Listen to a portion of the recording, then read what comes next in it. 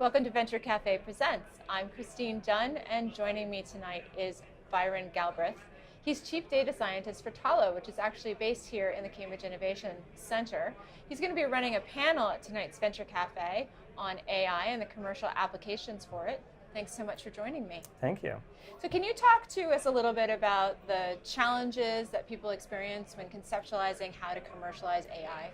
Yeah, so there's a lot of hype around what is AI, and a lot of that has to do with the fact that it's ill-defined.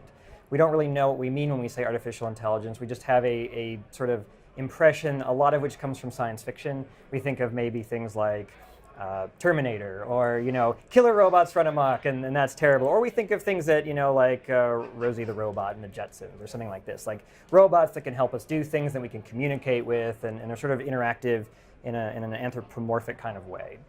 And so the reality is, sort of techniques and technologies have progressed now to the point where there's a lot of excitement about delivering these sort of AI technique or tools, especially in the robotics space, which I think again captures that real sort of idea and imagination the best. And so the reality, though, is that are those current methods still superior to existing ones? We don't, depending on your application, they may not be. It may be a tremendous amount of overkill, like you're taking a giant hammer to pound in a tiny nail, and a lot of extra complexity. So one of the things that we're going to explore tonight, or in this panel, are sort of three main ideas. One, what does it cost to get started with AI, especially in the robotics space? So do you need to have a team of expert PhDs who all have deep understanding of various aspects of AI, robotics, control theory?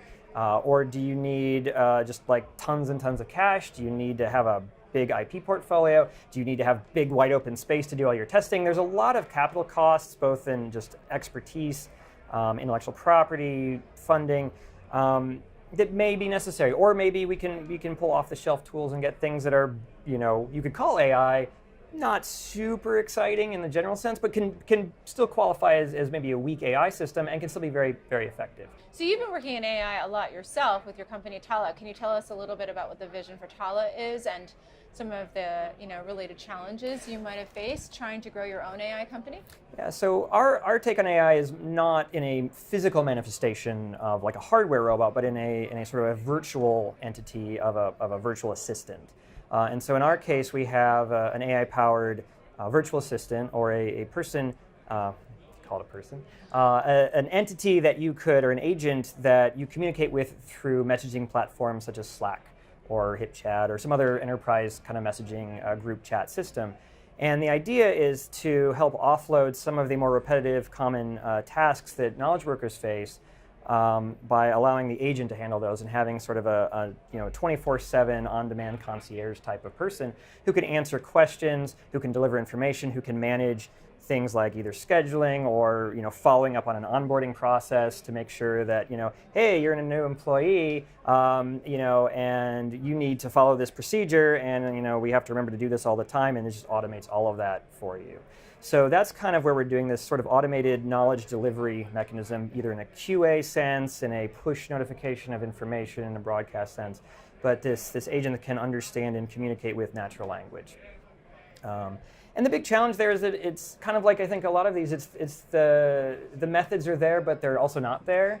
It's still kind of in the academic realm, and some of the exciting challenges are how do we take what is coming out in academics in the forefront of research, and figuring out what can be translated from that into actual commercial products.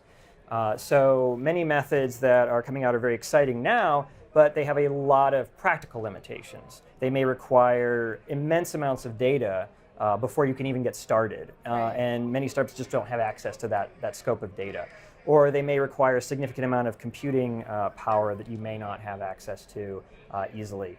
Or you may get this really exciting, impressive method, but it's actually validated against a very clean, well-defined benchmark data set.